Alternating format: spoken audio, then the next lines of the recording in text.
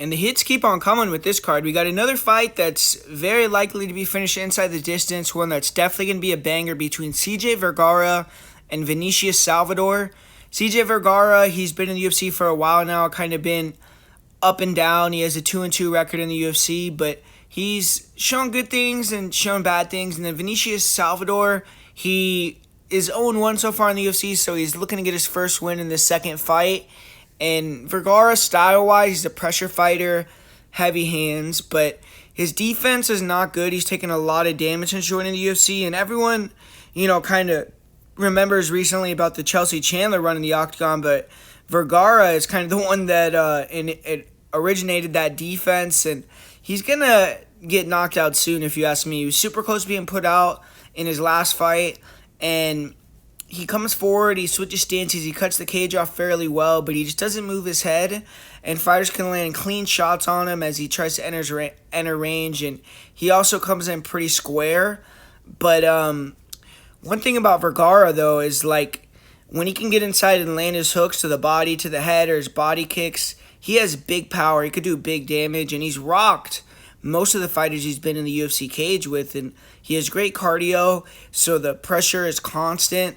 And when he gets on the inside, he's throwing pretty good combinations. He also is good with the Muay Thai clinch. He has hard knees there. And he keeps it basic. But if you aren't ready for the pressure, or if Vergara lands clean on you, it could definitely be a bad night.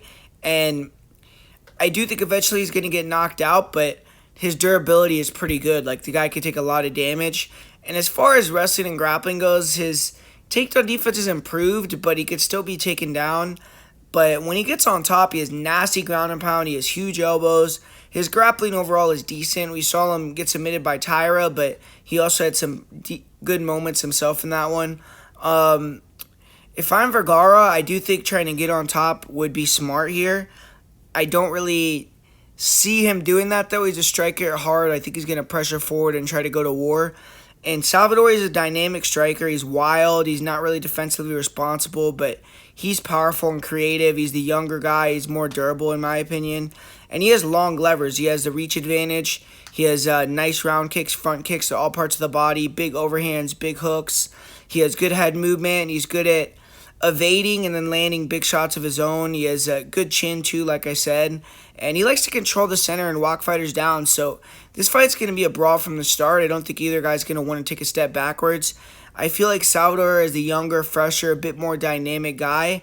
And he also has power in his own right. But I would say Vergara is better at mixing the target up, going to the body. And he probably has the bigger power. It's just Salvador, if he land a kick or a knee or something, then it's going to be lights out for Vergara regardless.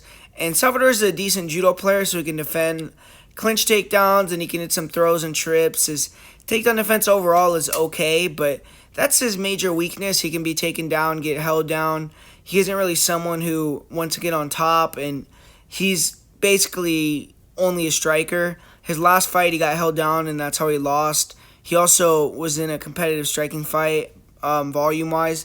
But cardio for Salvador is a strong suit, which I do think both these guys have that in their back pocket. They both look to push the pace.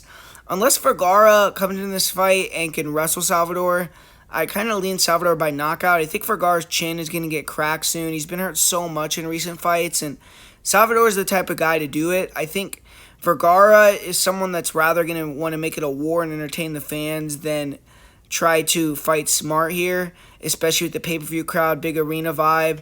And I think Salvador is going to get that knockout in the first round here. If he can't get it done in round one, then I could see it going to decision. But Salvador is 6 years younger. He's coming to the U.S., started training here with better coaches, nutrition, and just everything in general.